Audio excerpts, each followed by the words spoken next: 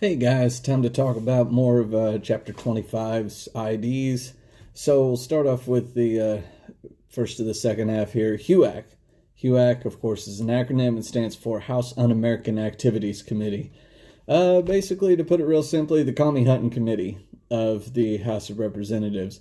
They were out to try to find any sort of communist influence they could, not just in the United States government, but really much of anywhere where they could.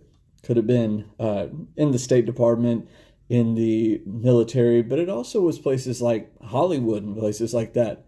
This is where one particular person that you would know a lot about from history made his name, Richard Nixon. Richard Nixon really made his name as, for lack of a better term, a commie hunter in the House Un-American Activities Committee. They went after some people that legitimately were communists. Now, this is where you gotta draw a line. It's not illegal to be a communist per se. What it is illegal to do is to be subversive to the United States government. And HUAC was very worried about that. The guy who really gave an awful, awful name to all these anti-communist people in the United States government was Senator Joseph McCarthy of Wisconsin, Republican from Wisconsin. McCarthy just became ridiculous in looking for communists. He said that he had a name of 200 some State Department employees who were members of the Communist Party. McCarthy just got crazy about it. He never actually produced any of the names.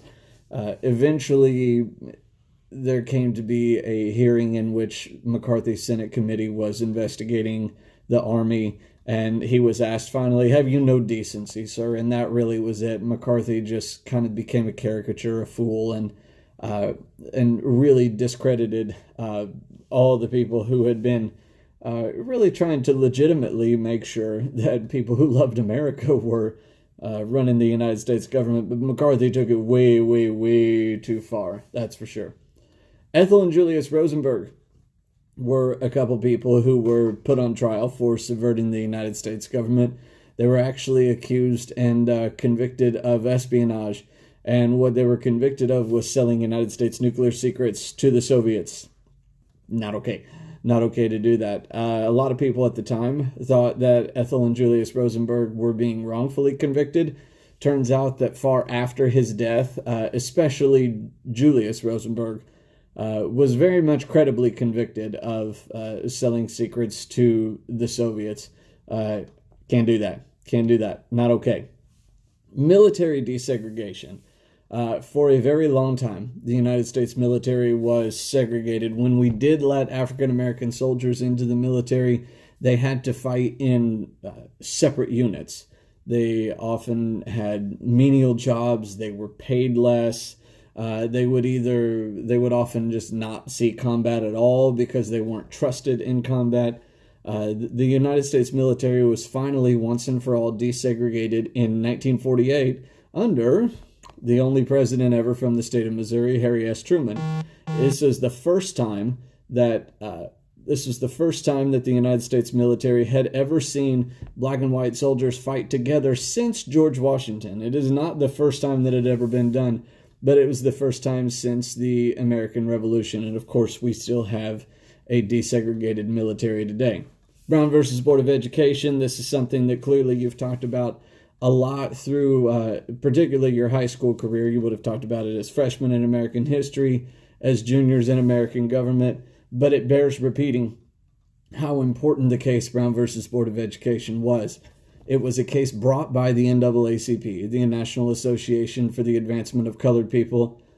And what they did is they brought basically a 14th Amendment equal protection case to the Supreme Court to try to say, look, you have people who are being forced into different schools, and they are very much different quality of schools in most cases. And that's quite simply not equal. But Brown versus Board of Education was a little different than cases that had come before that, in which the NAACP tried very hard to find Linda Brown, among other people in the case. But Linda Brown, a little girl from Topeka, Kansas, who was being forced to go to a school 20 some blocks from her house when there was a whites only school just a few blocks from her house. And the interesting thing here is that there was no just real clear-cut difference between the quality of Linda Brown's school and the quality of the whites-only school that was very close to her. And so what the Supreme Court was able to do, because those were the circumstances here, the Supreme Court was able to make a ruling that said, look, it's not just that the quality of schools are different. We can no longer do the separate but equal thing that we'd been doing since Plessy versus Ferguson in 1896.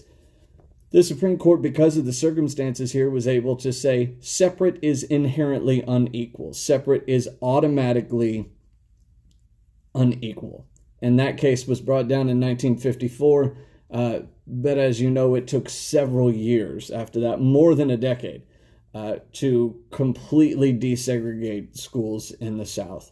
We were still doing that into the 1970s, unfortunately. Rosa Parks, one of the most famous civil rights activists. On December 1st of 1955, Rosa Parks was riding a public city bus in Montgomery, Alabama. She was in what they called the colored section of the bus. Of course, we don't use that term in our popular vocabulary anymore, but she was in the section that she was supposed to be in the bus, except that the white section of the bus had filled up. Rosa Parks was asked to move back. She did not. The important thing here is what it led to. It led to the Montgomery bus boycott, which lasted for over a year. The black citizens of Montgomery, Alabama, were determined that they were going to see change happen in the way that the Montgomery bus system worked. Absolutely determined that they were going to see change. I'm sure they thought that the city would give in before they actually did. And the city thought that the black citizens of Montgomery would give in before they actually did. Each side thought that the other one needed them so badly that they would give in and end this bus boycott, but both sides were very determined until finally in 1956, then the Supreme Court rules that buses that cross interstate lines have to be desegregated.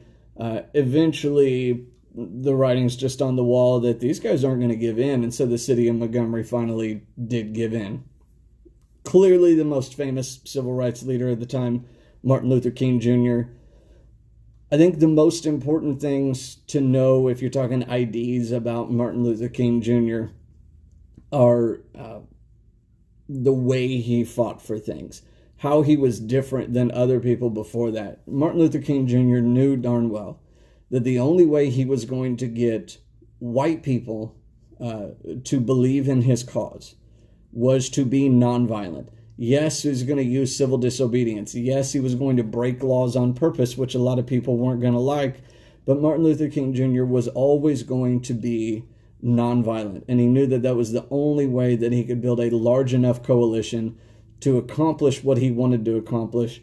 It took a while. He got started, really. His first really big thing was the Montgomery bus boycott in 1955.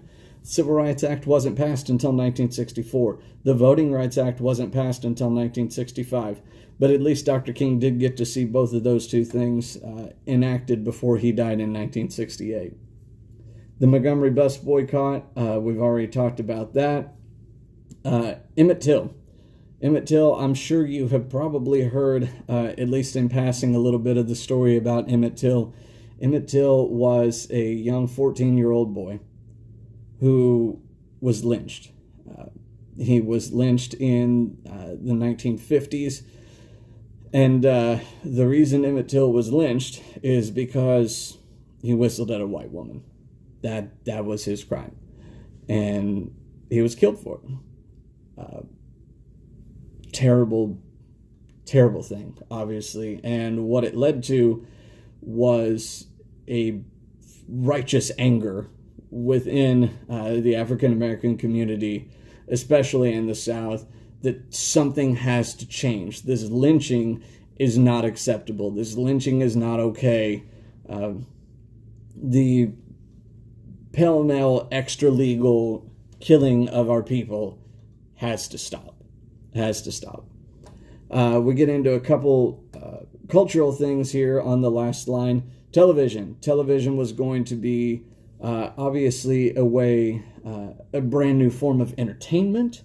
You're going to see all sorts of variety shows. You're going to see sports be more readily available for people to watch without actually going to a game. You're going to see all these sorts of things, but it's also very much going to affect politics. It very much affected politics right at the beginning of the 1960s. The very first presidential debate that was on TV was in 1960 between Richard Nixon and John F. Kennedy. So not only did television become a way for politicians to campaign, but it very much also became a way for presidents and political leaders to connect more closely, to connect more directly with the American people in the same way that FDR had mastered doing that through radio in the 1930s and the 1940s. Rock and roll music. Rock and roll music was very much a teenage phenomenon. It was, quote, the pop music of the time. Pop music is always teenager music, right? Whatever teenagers like, that always is the popular music of the time. And rock and roll was very much a teenager thing at the time. More than that, though, as you tie it into race relations, rock and roll sprang very much from the black tradition of music in the United States. Rock and roll was the first time, and this is what worried so many parents in the 1950s and 1960s, rock and roll really was the first time that you had white audiences in large numbers listening to music made by black Americans. And that trend clearly continued. It continues today. Some forms of rock and roll, became the hairband music of the 1980s, grunge rock that we know today. But other forms of rock and roll really developed into hip-hop, and you see all these different branches off of it. And so when you're talking about importance, long-term importance, I want you to focus on what this has to do with race relations here. Finally, Silent Spring. Silent Spring was a book written in 1962 by a lady named Rachel Carson. Rachel Carson was an environmental activist, and boy, did she get a point across with Silent Spring, because what she was talking about, if you think about it, the title kind of gives it away, that you had a spring without new life, without new growth. And her argument here is that we're basically killing our environment. One of the things she was really concerned about was pesticides, and one of the pesticides that was being used in large amounts at the time was DDT. DDT is no longer used today because what we figured out is that it was seeping its way into water streams. It was killing fish. It was killing all sorts of other life forms in the water. And Rachel Carson's Silent Spring really was the beginning of an environmental movement that started to take hold in the 1960s, even more so as we moved into the 1970s. All right, next one we'll be talking about chapter 26.